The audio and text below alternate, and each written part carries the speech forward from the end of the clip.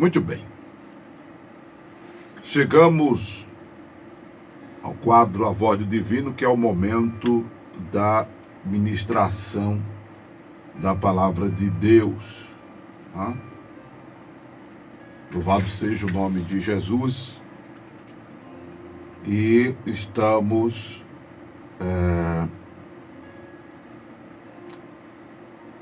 passeando, eu tenho dito, na Escritura Sagrada.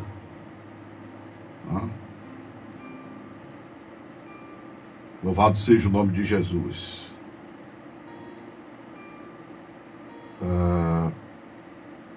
E chegamos ao capítulo 2 de 2 Tessalonicenses.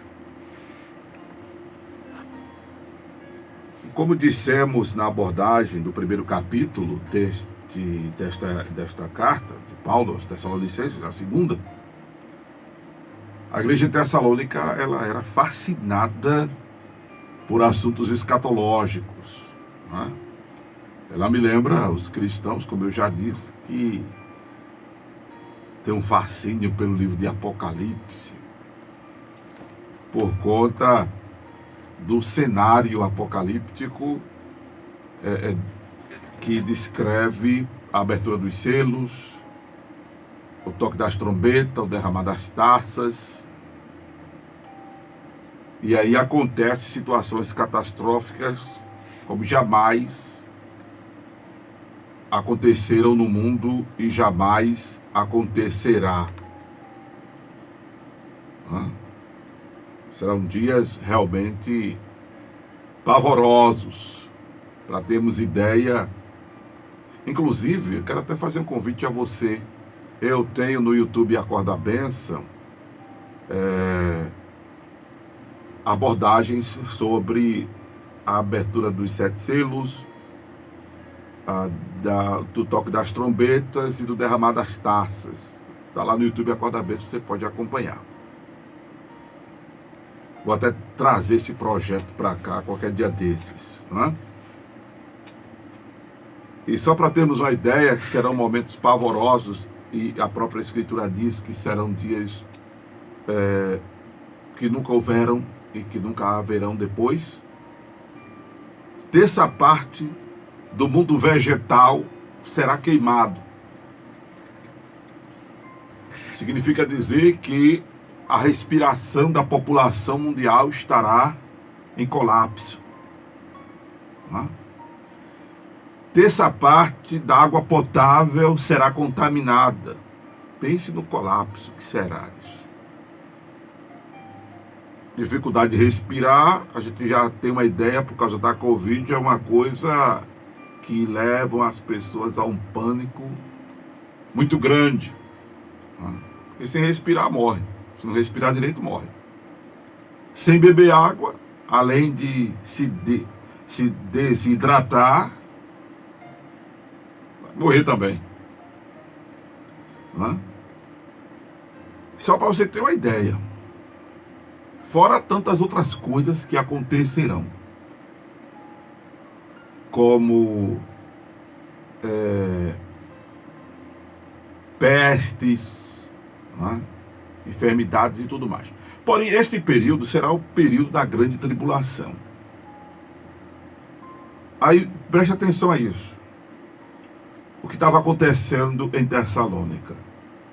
Os irmãos eram tão fascinados nos assuntos escatológicos, e eu disse na abordagem de ontem, ou do programa anterior a este, capítulo 1 de 2 Tessalonicenses, que Apocalipse não tem nada a ver com essas tragédias, com essas catástrofes, com esses momentos pavorosos.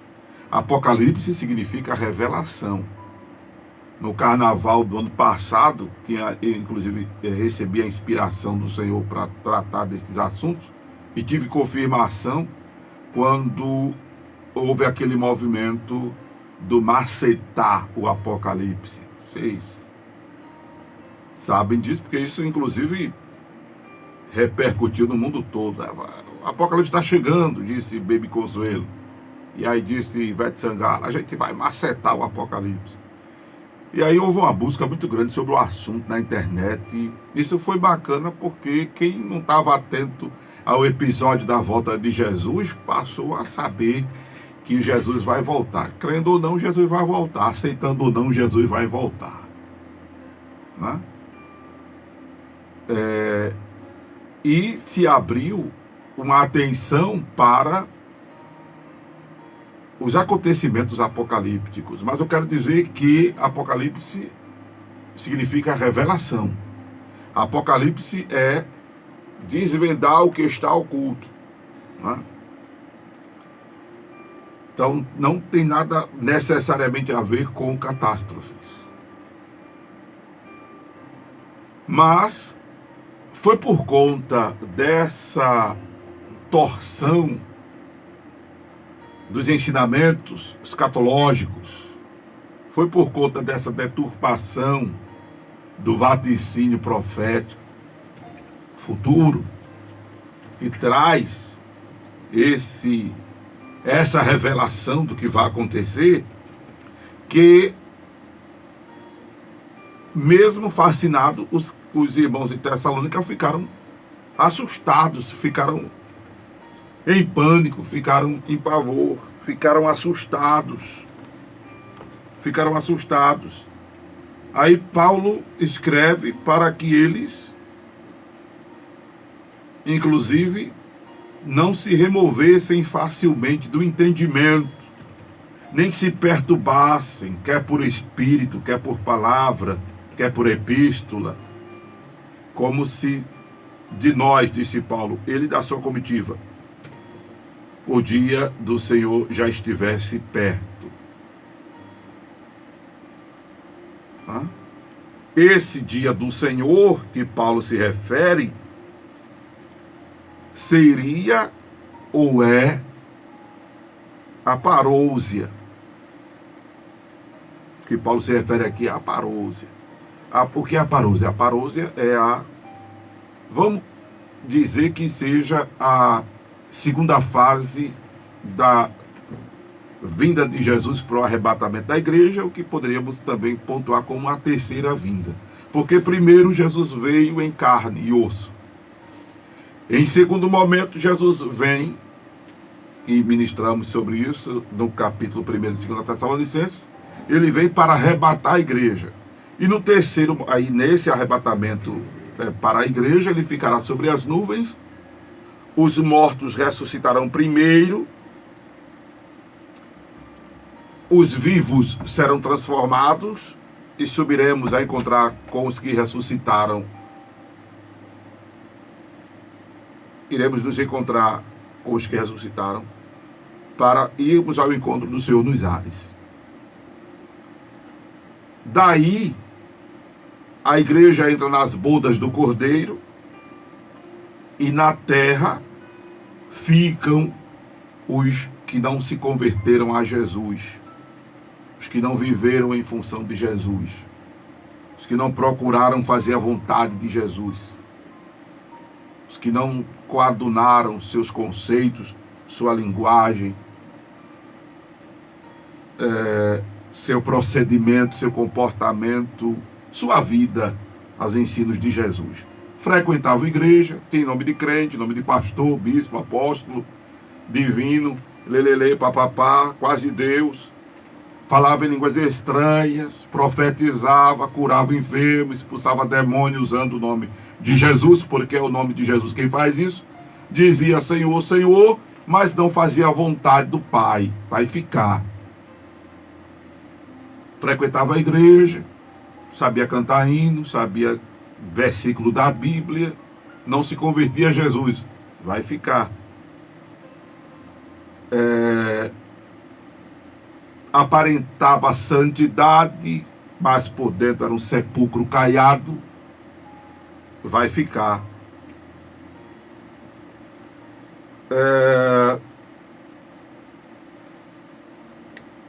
Era muito exigente com os outros e não exigia de si mesmo santidade. Vai ficar. Soberbo, soberba, prepotente, santarrão, mas na verdade, não era a flor que se cheirasse, não valia o que o gato enterra, era água de coentro. Essa expressão eu aprendi com as ovelhas que eu tinha no Zé do Pinho. Vai ficar. Parecia ovelha, mas era bode, vai ficar. Parecia trigo, mas era joio, vai ficar.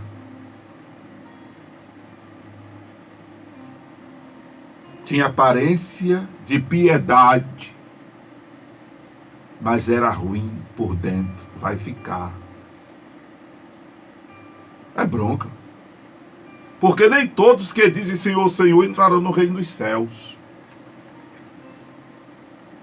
E aí, a igreja que foi arrebatada, a igreja triunfante, ressuscitou, morreu em Cristo, ressuscitou, foi para a glória, estava ali, foi transformado no abrir e fechar de olhos, subiu, aleluia. Está lá nas bodas do Cordeiro, vai receber o seu galardão, vai receber o galardão do Senhor. O galardão já é a vida eterna. O galardão já é a vida eterna. A satisfação de estar no céu. O pessoal fica pensando em pedra de coroa na cabeça, que tanto vai ter tantas pedras, porque veio tantas almas, porque fez tanto isso, fez tanto aquilo. Ó, irmão, eu quero é entrar lá. Mesmo que não receba nem a coroa, que dirá a pedra nela, eu quero é estar lá. Mas é inevitável receber a coroa da vida eterna, porque é a vida eterna, propriamente dita. E a satisfação de estar lá. Eu digo isso porque algumas pessoas interpretam o texto de Coríntios, há um trecho em Coríntios que o pessoal interpreta errado, como aquele do galardão com detrimento. Né? Deixa eu ver se eu acho essa expressão aqui. Aquele versículo que diz que a obra será aprovada e tal. Eu não vou lembrar agora, rapaz. Me veio essa referência na cabeça assim, a expressão, mas eu não vou lembrar dela agora. Que alguns acham que no céu haverá tristeza, porque a pessoa não vai receber aquele galardão, aquelas pedras todas, porque não trabalhou muito, trabalhou pouco, lá. Não, não é isso. No céu, como diz a própria Escritura, lá só há gozo, paz e alegria. E como diz o poeta, lá não existe tristeza, lá não existe choro, lá não existe dor. É aqui, ó. Achei. É porque não está marcado nessa minha Bíblia, eu vou marcar. É 1 Coríntios 3, verso 15. Se a obra de alguém se queimar, sofrerá detrimento, mas o tal será salvo, todavia, como pelo fogo. O negócio é ser salvo, irmão. Porque detrimento é tristeza, né? No céu não há tristeza. No céu não há lugar de tristeza. Não, porque fulano vai receber muita pedra na coroa porque ganhou tantas almas para os pastor Amaro. Só em um ciclo de oração da Rádio Tamandaré foram 102 almas uma vez.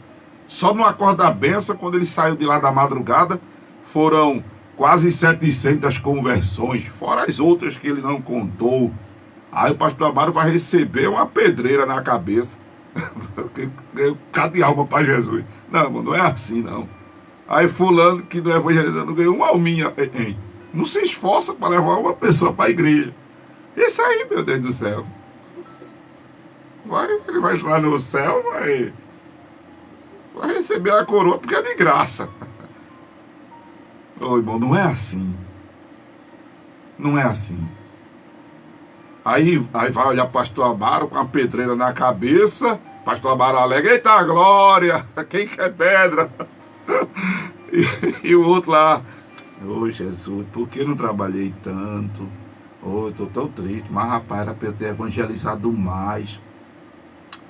Era para eu ter ganho mais alma para Jesus. Era para eu ter feito mais visita aos enfermos. Era para eu ter me envolvido na campanha evangelizadora. Rapaz, era para eu ter dado cesta básica às pessoas. Rapaz, Oh, rapaz, era para eu ter visita nos presídios. Oh, rapaz, era para eu ter entregado literatura.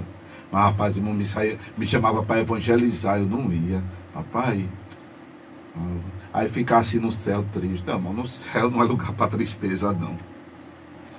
No céu não é lugar para tristeza, não.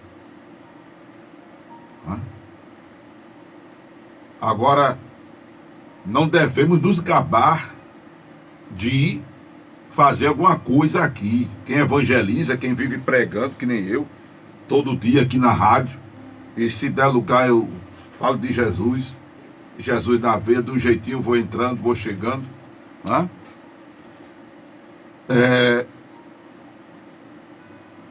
desenvolvo o projeto Igreja Mais Que Virtual, com a ajuda dos irmãos que me passam doação e eu repasso para as pessoas necessitadas do meu raio de alcance.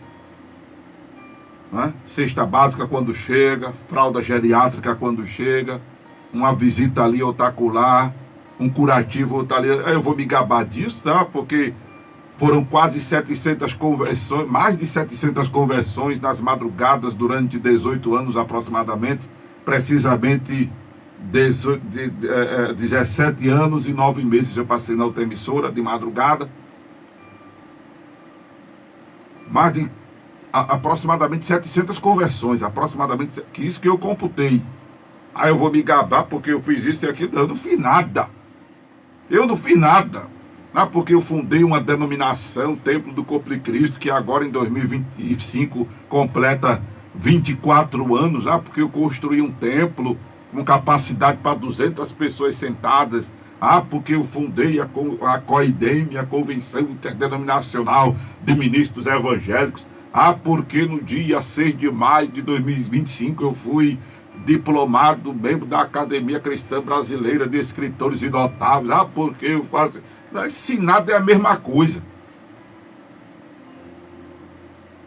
A palavra de Deus nos diz em Lucas que depois de havendo feito tudo, considerai-os servos inúteis. Servos inúteis. Porque só fez o que devia ser feito. Lucas 17:10. Assim também vós, quando fizerdes tudo que vos for mandado, dizei: somos servos inúteis, porque fizemos somente o que devíamos fazer. Agora não é para ser um inútil tão inútil. Não é para ser um inútil um zero à esquerda da vírgula. Procure ser um inútil útil. É como eu já preguei. Eu tenho procurado ser um inútil útil. Procure ser um inútil útil. Ou seja, faça. É dever evangelizar. É dever pregar o evangelho. Não é favor nenhum, é dever. É dever ajudar o próximo. É dever minimizar o sofrimento do outro. É dever cuidar do irmão. Já ensinamos em 1 Coríntios 12:25. Cuidar do membro da igreja é responsabilidade nossa. O outro é responsabilidade nossa. Então não é favor nenhum. Então ninguém venha se gabar porque dirigiu o culto, dirigiu o ciclo de oração, campanha evangelizadora, porque organizou um grupo na igreja de criança, de adulto, de velho, de pessoas idosas. Ninguém venha se gabar porque já entregou tantas literaturas, porque conseguiu ganhar para Jesus, ou orar pela conversão de tantas pessoas. Ninguém venha se gabar disso porque é servo inútil. Agora vamos procurar ser um inútil útil, irmão. Ou seja, não é para também, então, pastor, então já que não vai ter essas coroas, essas pedras todas, eu vou cruzar os braços, eu não vou fazer mais nada. Não, tá errado. Tá errado, você é devedor. Você é devedor. E esse empenho é expressão de gratidão. Se você também não se empenha, você é ingrato. É como disse o salmista: que darei ao Senhor por todos os benefícios que me tem feito? Tomarei o cálice da salvação e invocarei o nome do Senhor. E eu já ensinei sobre tomar o cálice da salvação, é entregar a vida. Entregar a vida é dedicar tempo, habilidade e recursos para o Senhor. Então o galardão no céu é a vida eterna. Aí, quando a igreja for arrebatada, ela vai para o tribunal de Cristo e recebe o galardão. Quem ficar na terra, com o arrebatamento da igreja, vai ser bronca. Aí, com o advento da vinda de Jesus nos ares, a igreja arrebatada, quem ficar na terra vai passar pela grande tribulação. O medo dos irmãos em Tessalônica era, eita, Jesus já veio, foi. Jesus já veio, foi. Porque estavam ensinando isso, que Jesus já tinha voltado. E se Jesus tivesse voltado, eles tinham ficado. Deixa eu dizer aqui para você, que é crente aí, pastor, que está me assistindo no Instagram, irmão, no Facebook. Deixa eu ver se tem alguém me assistindo no YouTube. Imagine se chegasse aqui para você a notícia, irmão, Jesus já veio arrebatar a igreja. Aí tu ia olhar assim, meu Deus, já pensou, irmão? Se eu chegasse aqui e dissesse, irmãos, eu tenho provas bíblicas que Jesus já veio. Oxe, ia ser um desespero terrível, não é não? Hã? Você dizer, meu Deus, e agora?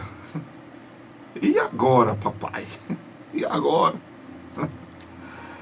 Porque para se salvar na grande tribulação vai ser difícil.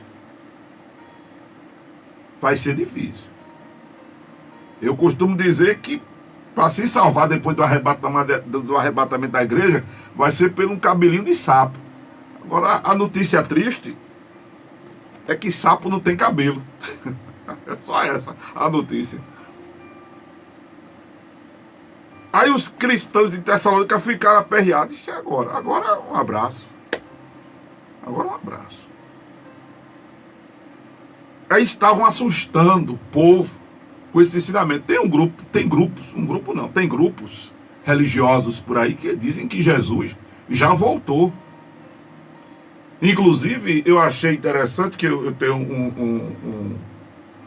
um amigo, irmão em Cristo, o pastor Amauri, e uma vez ele fez uma observação, né, dizendo que tinha umas denominações que tinham escrito lá na parede, em breve Jesus vem. Aí tiraram em breve, ficou só Jesus vem. Não é que agora tiraram o até vem, ficou só Jesus? Tá complicado. Não estou dizendo que a turma deixou de acreditar que Jesus vem, mas não se fala mais hoje da volta de Jesus como você escuta o Amaro Correia falando. Não se fala mais da volta de Jesus como você escuta no Acorda Bênção da Rádio Tamandaré. Porque para muita gente, a exemplo de muitos credos, Jesus nem vem. O negócio é utopia. E para alguns grupos religiosos aproximados do grupo evangélico, e até alguns evangélicos, nem acreditam mais que Jesus está às portas. Que Jesus em breve voltará. E essa turma aqui que estava perturbando os irmãos de Tessalônica, estavam dizendo, ó, Jesus já voltou, meu filho. Jesus já veio, vocês ficaram. Aí Paulo diz, olha, ninguém de maneira alguma vos engane, porque não será assim, sem que antes venha a apostasia e se manifeste o homem do pecado, filho da perdição, o qual se opõe e se levanta contra tudo o que se chama Deus ou se adora, de sorte que se assentará como Deus no templo de Deus, querendo parecer Deus. Não vos lembrai de que estas coisas vos dizia quando ainda estava convosco? Agora vós sabeis o que o detém, para que a seu próprio tempo seja manifestado. Aí aqui é uma referência ao final dos tempos. Aí Paulo procura tranquilizar os irmãos. Irmãos, o juízo final só vai acontecer depois da grande tribulação. Estou trazendo em miúdos para vocês aqui. O final dos tempos, o juízo final, irmão, só vai acontecer depois da grande tribulação. E para a grande tribulação acontecer, primeiro tem que acontecer o arrebatamento da igreja. É com o arrebatamento da igreja que a expressão usada por Paulo aqui, o homem, cadê? Deixa eu voltar aqui. Porque o ministério da injustiça, deixa eu mostrar aqui, a apostasia, o homem do pecado, o filho da perdição. Isso aqui é o anticristo. Para o anticristo se manifestar, isso nessa ordem aqui de Paulo aos Tessalonicenses, a igreja, que é quem detém, terá que sair. Essa é a ordem que ele asta, é a ordem pré-tribulacional que se desenha com fundamento bíblico escatológico. Ou seja, os acontecimentos se dão nessa ordem: arrebatamento da igreja, grande tribulação, parousia, para a implantação do milênio. A parousia é Jesus vindo fisicamente, é quando os judeus verão quem o transpassaram. A implantação do milênio, com a implantação do milênio, Satanás é preso, a morte é detida, ela é detida, céu e terra é a mesma grei. Depois de 1000 anos, Satanás é solto, mas aí vem fogo do céu e o consome, e aí segue o juízo final. Detalhes que eu falei na abordagem anterior a esta. Detalhes que eu entrarei na abordagem a seguir. Foco aqui é explicar o que estava atormentando os crentes em Tessalônica, e a convocação de Paulo para fazê-los estarem firmes no que eles haviam sido ensinados através do apóstolo Paulo, que continua dando uma dissertação dos acontecimentos futuros, dizendo que inclusive este homem do pecado, este filho da perdição, se assentará como Deus no templo de Deus, querendo parecer Deus, que é o anticristo. E Paulo diz, ele se opõe e se levanta contra tudo que se chama Deus ou se adora. Não é? Ele vai querer adoração para ele, o anticristo, a besta. Porque o anticristo é a personalização de um homem, não é Satanás transformado em ser humano, não é, mas é um ser humano carregado, possuído mesmo por Satanás, e não é sem memória, sem juízo, sem consciência, não. Ao contrário, ele detém poder político, financeiro e religioso. Vai ser o cara que vai mandar. Ao ponto de, inclusive, as pessoas terem que se aliançar com ele para poder comer, vestir, beber, calçar. É quando acontece o sinal, o famoso sinal da besta.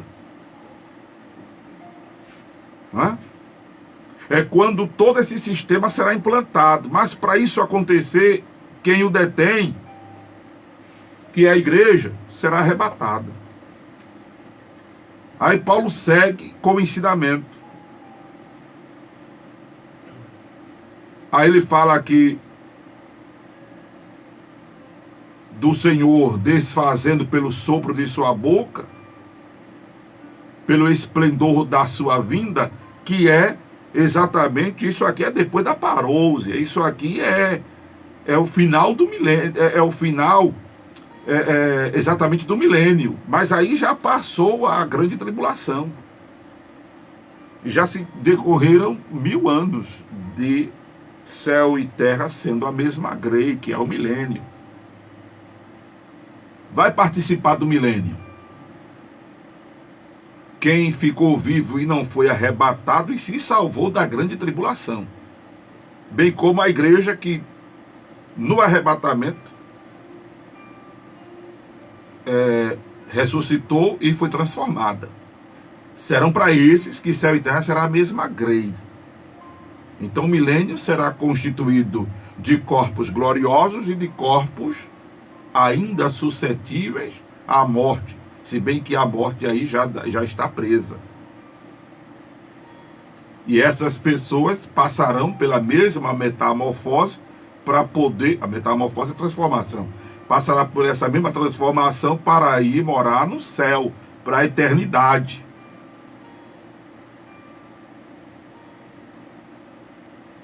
E diga-se de passagem, enquanto elas estiverem vivas na terra, para que a doença, porque não vai ter doença, não vai ter morte nem nada, serão alimentadas com o fruto da árvore da vida.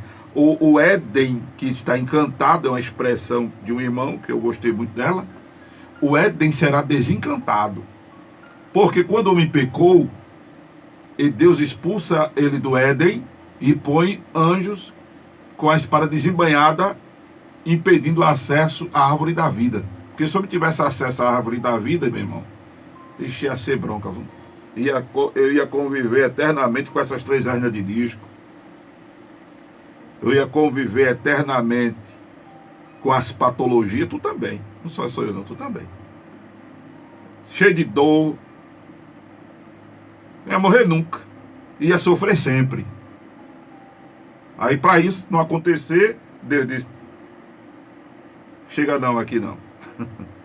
Árvore da vida não. E louvado seja Deus que além de tudo isso, Ele veio em forma humana e levou sobre si nossas dores, nossas enfermidades e nos sarou pelas suas pisaduras.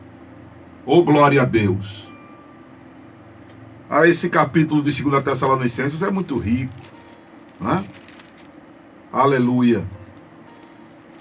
E Paulo convoca os irmãos para estarem firmes na fé, e não se desviarem e não esmurecerem. Primeiro, do caminho. Segundo, do ensinamento que receberam dele, o apóstolo e a sua comitiva. Aí a convocação que eu faço é para você não se remover daqui, ó, da escritura sagrada. Ah, mas foi o livro do profeta X, do profeta Y, foi a revelação de Beltrano, de Ciclano. Se não tiver o crivo da escritura sagrada, não entre, não caia nessa. Não é porque a pessoa diz que recebeu a revelação dormindo. É porque tem um povo aí dizendo que está recebendo a revelação, que está sendo arrebatado e que está vendo o céu e que foi no inferno. Se foi para o inferno, era para ter ficado por lá, não era nem para ter voltado. Com as ideias, com as doutrinas. Ou então entrevistando Satanás, pega um endemoniado, e aí, demônio? Quem foi que te mandou? Tu viesse de onde? Viesse fazer o quê? Aí o demônio fica, quem me mandou foi fulano, eu vim de não sei de onde, coisa e tal, e pá, e aí isso é meu, isso é meu, isso é meu, isso é meu. Aí as pessoas ficam sendo doutrinadas pelo ensinamento de um demônio. Eu me lembro de uma vez, para terminar, porque o tempo está mandando, terminou o culto, fui para casa. Antes de entrar na rua onde eu morava, o Senhor falou ao meu coração: vai na casa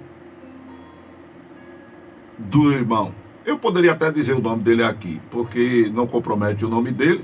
É uma pessoa de Deus, inclusive hoje é pastor, para quem eu mando um abraço. lá no Curado 4, pastor Marcelo, ele tinha uma marcenaria, uma oficina, e o senhor disse, vai na oficina do Marcelo. Eu fui.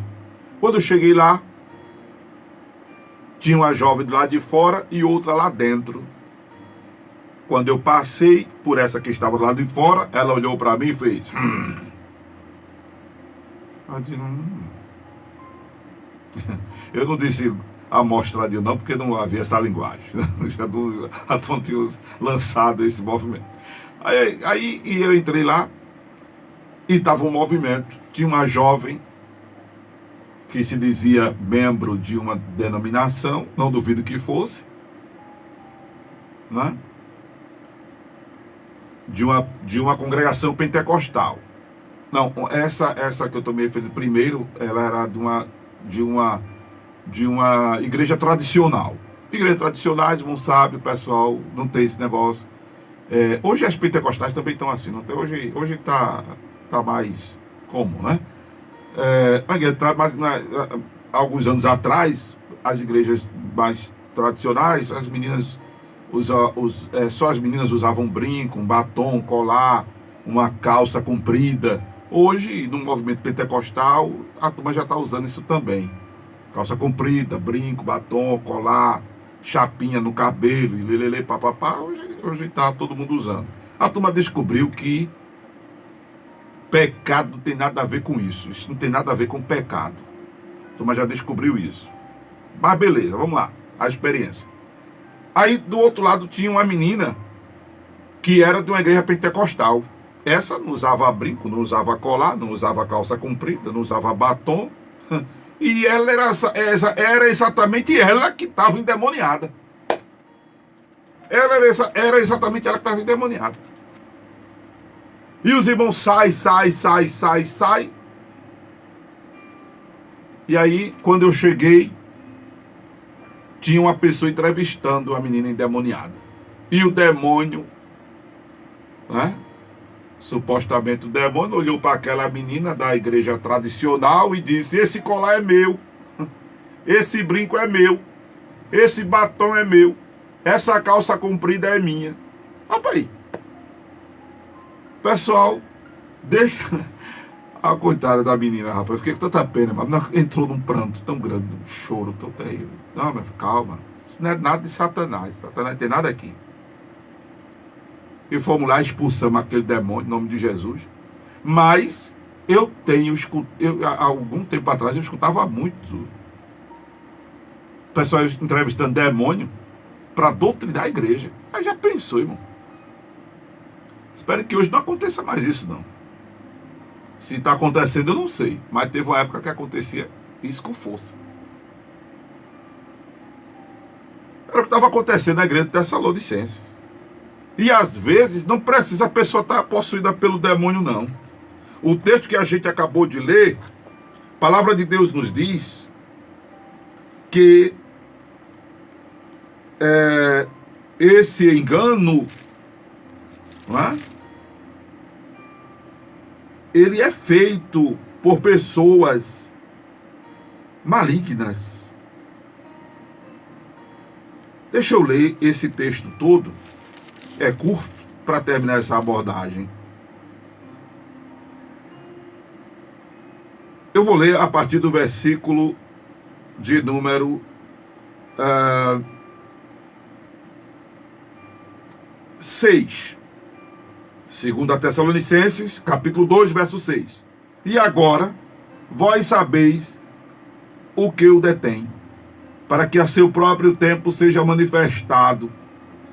Porque já o mistério da injustiça opera. Somente há um que agora resiste, até que do meio seja tirado.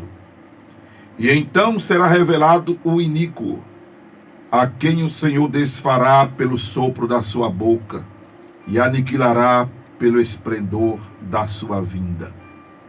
A esse cuja vinda é segundo a eficácia de Satanás, com todo o poder e sinais e prodígios de mentira, e com todo o engano da injustiça, para os que perecem, porque não receberam o amor da verdade para se salvarem. E por isso, Deus lhes enviará a operação do erro, para que creiam a mentira. Para que sejam julgados todos os que não creem na verdade, antes tiveram prazer na iniquidade. Mas devemos sempre dar graças a Deus por vós, irmãos amados do Senhor, por vos ter Deus elegido desde o princípio para a salvação e santificação do Espírito e fé da verdade. Para o que pelo nosso Evangelho nos chamou para alcançardes a glória de nosso Senhor Jesus Cristo. Então, irmãos, estáis firmes e retendes as tradições que vos foram ensinadas, seja por palavra, seja por epístola nossa.